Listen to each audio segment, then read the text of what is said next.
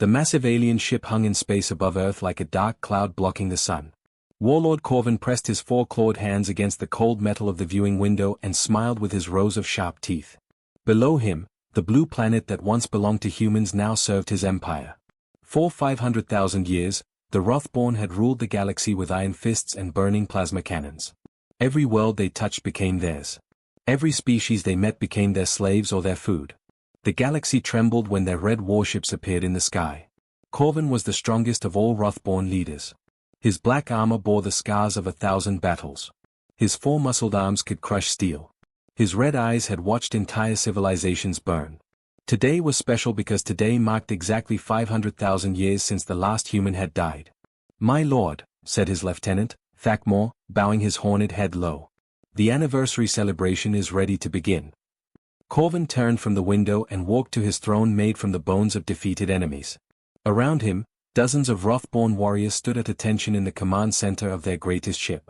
The walls were decorated with weapons taken from conquered worlds and skulls of brave fools who had tried to fight them. "Tell me again about the humans," Corvin said, settling into his throne with satisfaction. Thakmor stepped forward. "They called themselves the rulers of this system, my lord. They had pale skin and weak bodies. Only 2 arms each. No claws, no natural armor, no poison sacs. When we arrived, they tried to fight us with primitive metal ships and explosive weapons." The other warriors laughed. Their deep voices echoed through the chamber like thunder. "How long did it take to crush them?" asked another warrior. 3 of their years, Thakmor replied. "They were stubborn but stupid. They kept trying to protect their young instead of fighting properly. In the end, we hunted down every last one of them on this very planet." Corvin nodded with pleasure. He remembered that final battle 500,000 years ago. The humans had gathered their remaining forces for one desperate stand. They fought hard, but they were no match for Wrathborn's strength and fury. When the last human soldier fell, Corvin himself had planted the Wrathborn flag in the dirt of their capital city. "And now look at their world," Corvin said, gesturing toward the viewing window. "We have stripped away their forests to build our weapon factories. We have drained their oceans to fuel our ships. We have turned their cities into training grounds for our young warriors." Through the window, Earth looked very different than it had when humans lived there. Huge metal structures covered the continents. Smoke rose from countless factories. Rivers ran red with chemical waste. The sky was brown instead of blue. "But my lord," said a younger warrior named Graktul, "some of the slave species still tell stories about humans. They say humans were brave and clever." Corvin's eyes flashed with anger. "Stories for children. Fairy tales told by the weak to make themselves feel better about their weakness. I was there when we destroyed them. I saw their fear. I heard their screams. They died like all the others." The truth was different, though none of the Wrathborn knew it. The human defeat had been planned. The brave last stand had been a trick. While Corvin's forces attacked the human military, thousands of ships had escaped into deep space carrying millions of people to safety.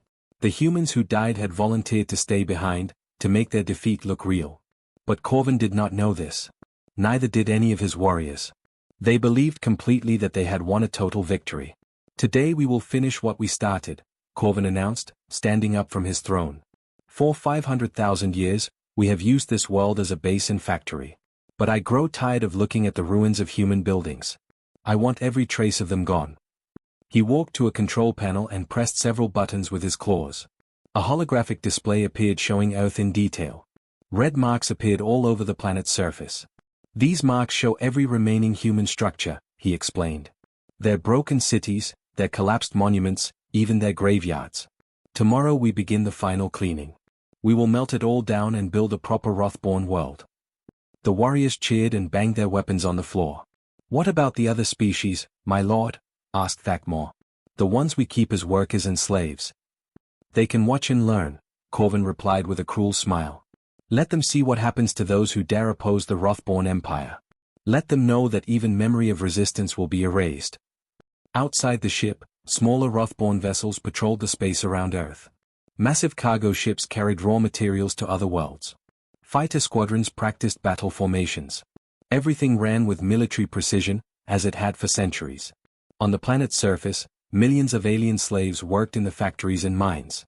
They came from dozens of different worlds that the Wrathborn had conquered over the millennia. Some looked like giant insects. Others were made of living crystal.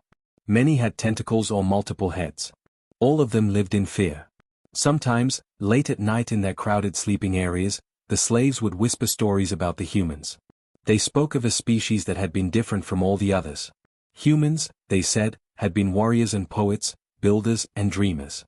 The stories claimed that humans had possessed some special quality that other species lacked. But these were just stories told by the desperate and defeated. Everyone knew that humans were extinct. Everyone knew that the Wrathborn had won completely and forever. Or so they thought. Deep in space, far beyond where any Wrathborn ship had ever traveled, ancient machines were waking up.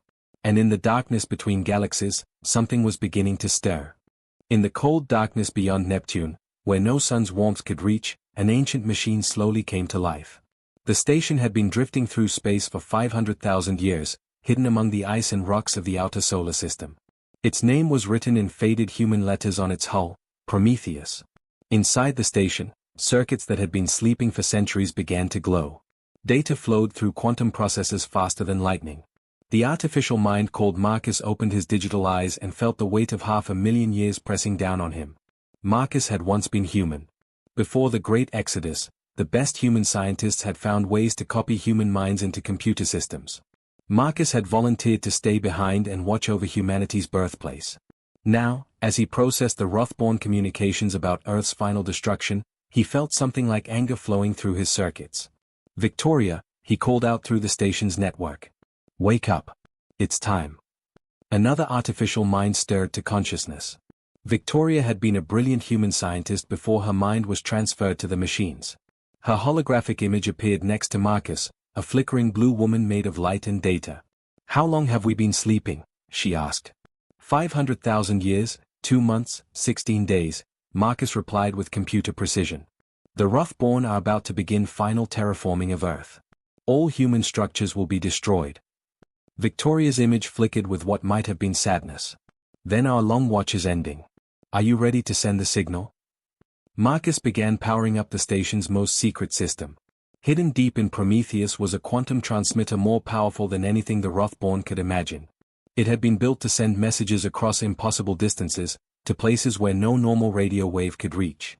Meanwhile, on a desert planet called Kepler 442b, a young alien archaeologist named James was making a discovery that would change everything. James looked like a tall octopus with intelligent eyes and gentle tentacles. His people had been enslaved by the Wrathborn for thousands of years, forced to dig up ancient ruins and valuable minerals. James was working alone in a human dig site, carefully brushing dust from something metallic. The Wrathborn guards were lazy today, sitting in the shade and drinking fermented beverages. They didn't care what the slaves found as long as they kept working. The metal object James uncovered was unlike anything he had ever seen. It was perfectly smooth and seemed to change color when he moved it. Strange symbols were carved into its surface, symbols that looked like star maps and mathematical equations. His friend Emma rolled over on her crystal tracks. Emma's people were made of living minerals that could think and feel. She had been James's digging partner for many years, and they had learned to trust each other completely. "What is it?" Emma asked, her crystalline voice tinkling like tiny bells. James studied the metal carefully. "I think it's some kind of navigation device. Look at these markings, they show star positions and travel routes." Emma's crystal body pulsed with different colors as she examined the artifact. "James, these routes don't go to any known worlds. They point out of our galaxy entirely." The two aliens looked at each other with growing excitement.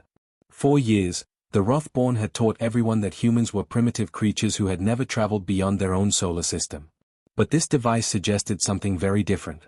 "The humans didn't all die here," James whispered, afraid the guards might hear. "Some of them left. They went somewhere far away." Back on Prometheus Station, Marcus and Victoria were preparing to send humanity's most important message.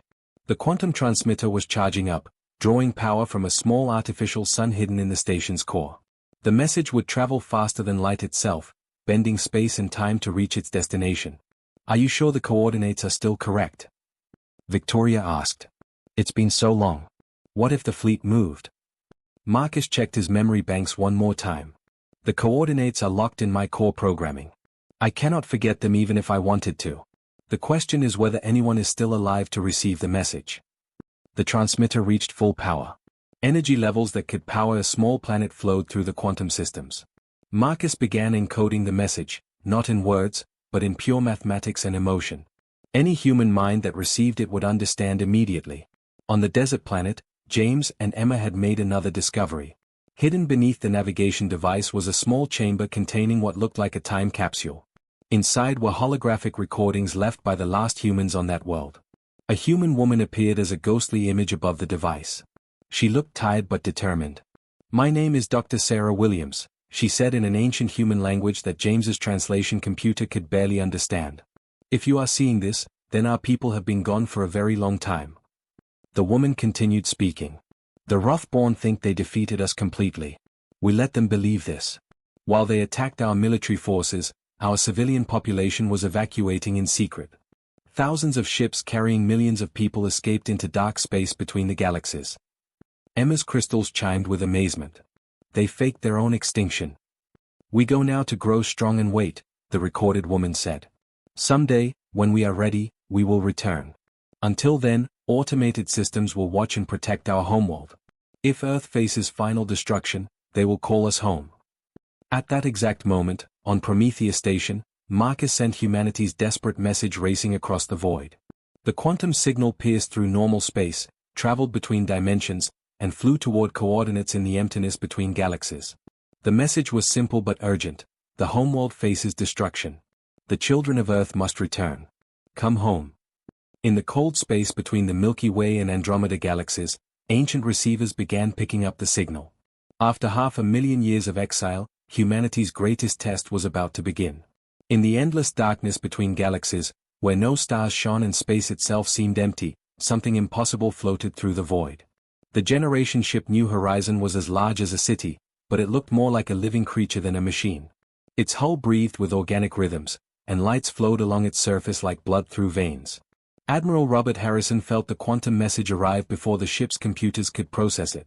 The neural implants in his brain, grown from a mixture of human DNA and advanced technology, picked up the signal directly. His enhanced eyes opened wide as the desperate plea from Earth filled his consciousness. "After all this time," he whispered, sitting up in his meditation chamber. His body was still recognizably human, but 500,000 years of genetic evolution had changed his people in remarkable ways. His bones were stronger than steel, his skin could survive in the vacuum of space, and his mind could connect directly to computer networks. Robert stood and walked to the nearest wall. When he placed his palm against the smooth surface, the ship itself responded to his touch. Living metal flowed around his hand as he interfaced with the vessel's consciousness. New Horizon was more than just a ship, it was a partner, grown from human DNA and alien biotechnology over countless generations. "Show me the fleet status," he commanded.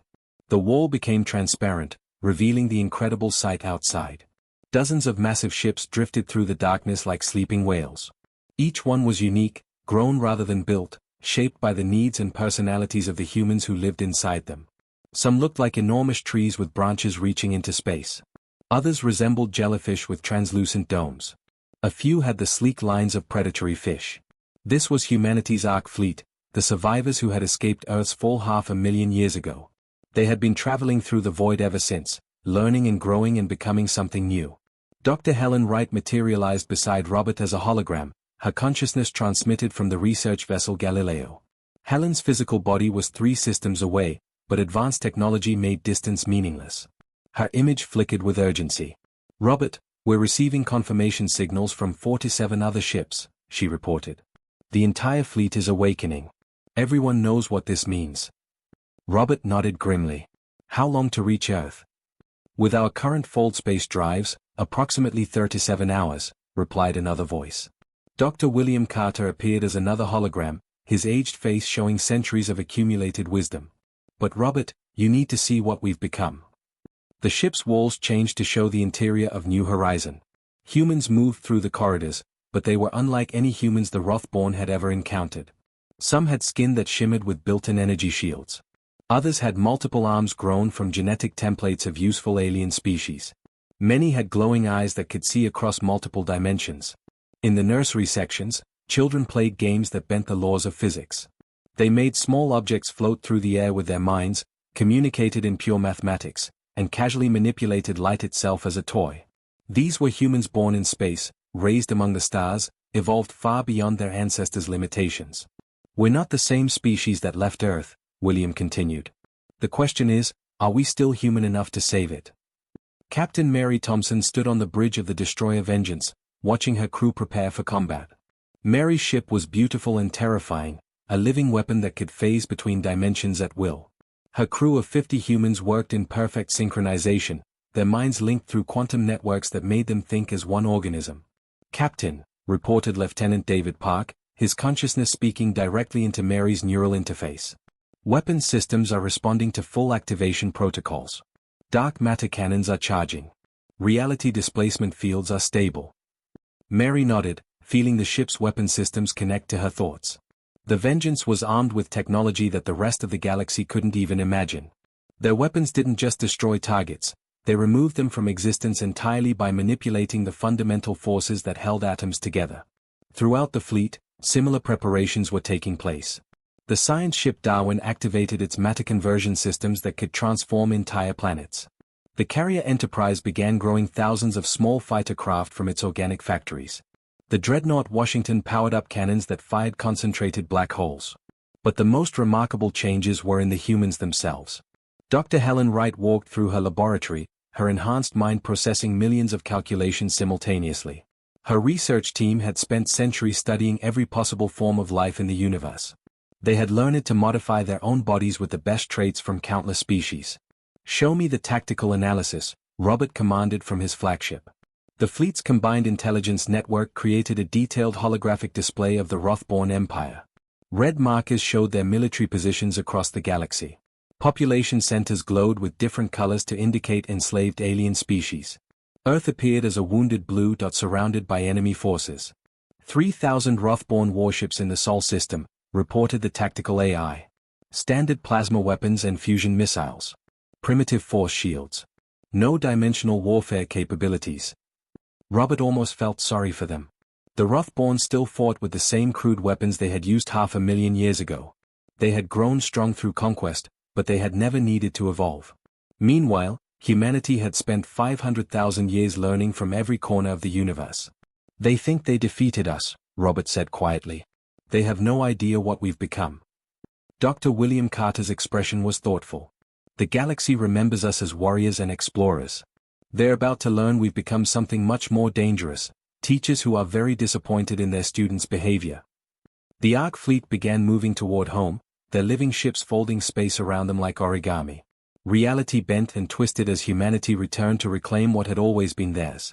In 37 hours, the Wrathborn would learn that evolution never stops, and that sometimes the prey becomes the predator.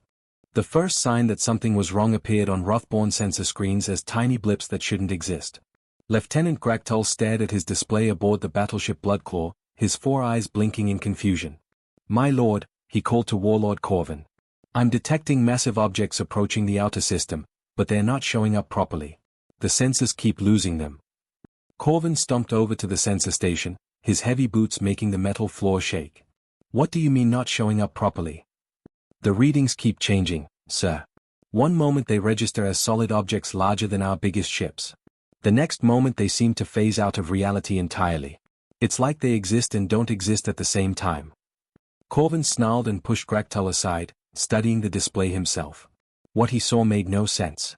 Dozens of massive shapes were moving toward Earth, but they appeared to be traveling through folded space in ways that violated every law of physics he knew. "Sound battle stations," he ordered. "Deploy the full fleet." Across the Sol system, 3,000 Wrathborn warships moved into attack formation. Their hulls bristled with plasma cannons and missile launchers. Energy shields powered up to maximum strength. For 500,000 years, this fleet had been unstoppable. Then space itself began to tear open. The human ships didn't emerge from hyperspace like normal vessels. They seemed to grow out of nothingness, their organic hulls materializing like flowers blooming in fast motion. The flagship Redemption appeared first, a living mountain of biometal and crystalline structures that hurt to look at directly. Admiral Robert Harrison stood on his bridge, his enhanced senses taking in every detail of the approaching battle. Around him, his crew worked in perfect harmony, their minds linked through quantum networks. They moved like dancers performing a routine they had practiced for centuries. "Open communication channels to all frequencies," Robert commanded. His voice carried the weight of 500,000 years of exile and loss. Every screen in the Wrathborn fleet suddenly displayed the same image, a human face that was both familiar and completely alien. Robert's features had been enhanced beyond normal human limits. His eyes glowed with inner light, and strange patterns flowed beneath his skin like living tattoos. "I am Admiral Robert Harrison of the United Earth Fleet," he said, his words transmitted in every known language simultaneously. "We are humanity. We have returned. Those who harmed our worlds will answer for their crimes. Those who were enslaved by the Wrathborn will be freed today." Warlord Corvin's jaw dropped open, revealing rows of razor-sharp teeth. "Impossible. The humans are extinct. We killed them all." Robert's image turned to look directly at Corvin, as if he could see through the screen. "You killed the ones who chose to stay behind so the rest of us could escape. They died as heroes so that humanity could survive and grow strong. Today, their sacrifice is repaid." Corvin roared in rage and slammed his fist on the firing controls. "All ships attack. Destroy these pretenders." 3,000 Wrathborn vessels opened fire at once. The space around Earth lit up like a deadly fireworks display as plasma bolts and fusion missiles streaked toward the human fleet. The barrage was so intense it should have vaporized anything in its path. Instead, the human ships simply ignored it. Captain Thomas Mitchell watched from the destroyer Lightning as enemy weapons passed through his hull like it was made of ghost matter. His ship existed in multiple dimensions at once, phasing between realities faster than the Wrathborn weapons could target it. "Their weapons can't touch us," reported his tactical officer, Lieutenant Sarah Chen. "We're operating in 11 dimensions while they're stuck thinking in 3. Thomas nodded and connected his consciousness to the ship's weapon systems. The Lightning's main gun was a marvel of human engineering, a dark matter cannon that could rewrite the basic laws of physics around its target. "Return fire," he ordered. The Wrathborn flagship Bloodclaw simply ceased to exist. Not destroyed or blown apart, it was erased from reality as if it had never been there at all. One moment it was firing at the human fleet, the next moment there was just empty space and a few confused particles. Warlord Corvin found himself floating in an escape pod, the only survivor of his mighty vessel. Around him, the greatest military fleet in galactic history was being swept away like insects. Human weapons turned Wrathborn ships into clouds of atoms with casual ease. "What are you?" he screamed into his communicator. "What have you become?" Robert's face appeared on the pod's tiny screen. The human admiral looked sad rather than angry. "We became what we needed to become to survive. While you spent 500,000 years conquering and destroying, we spent that time learning and growing. We studied every form of life in the universe. We mastered technologies you can't even imagine. We evolved." Another human ship, the cruiser Defiance, materialized next to a group of Wrathborn destroyers. Captain Elizabeth Moore didn't even need to fire weapons. Her ship's reality field simply convinced the enemy vessels that they were made of flower petals, and they dissolved into harmless organic matter that would fertilize Earth's recovering soil. "You enslaved entire species," Robert continued, his voice echoing across all communication channels. "You destroyed countless worlds. You turned our home into a factory of pain and suffering. Did you think there would be no consequences?" The few surviving Wrathborn ships tried to flee, but human vessels appeared in their path no matter which direction they turned. Space itself seemed to be working against them, folding and twisting to trap them. Dr. Helen Wright watched the battle from her science vessel while simultaneously beginning Earth's restoration. Her ship's biomechanical systems were already releasing atmospheric cleaners and soil regenerators. The planet's brown sky was slowly turning blue again. In less than 6 hours, the mighty Wrathborn fleet was completely destroyed. Not a single human ship had been damaged. The galaxy's greatest military power had fallen to an enemy they thought was extinct, defeated by technology they couldn't understand. Humanity had returned, and they were no longer the weak species that had fled Earth 500,000 years ago. 7 days after the Battle of Sol, the Wrathborn Empire was nothing but a memory scattered across 47 worlds. Human strike forces had appeared simultaneously throughout the galaxy, their living ships materializing through dimensional gates that bypassed every known form of defense. Captain David Lee stood in the main prison complex of Altus Prime, watching thousands of alien slaves emerge from their underground cells into sunlight many had not seen for decades. His Marine squad had taken the entire planet without firing a shot. The Wrathborn guards had simply found their weapons transformed into harmless flowers when they tried to resist. "You're free," David announced to the gathering crowd, his words automatically translated into hundreds of different languages. "The chains are broken. The age of slavery is over." A tall creature with blue fur and 6 arms stepped forward cautiously. This was Elder Vex of the Altarian people, whose civilization had been the first to fall to Wrathborn conquest. His species had been enslaved for over 50,000 years. Is this real? Vex asked, his voice shaking with hope and disbelief. Are you truly the humans from the old stories? David smiled gently. His enhanced features still looked human, but the wisdom in his eyes spoke of centuries of experience. We are their children, grown and changed by time and necessity. We have come to set right the wrongs done in our absence.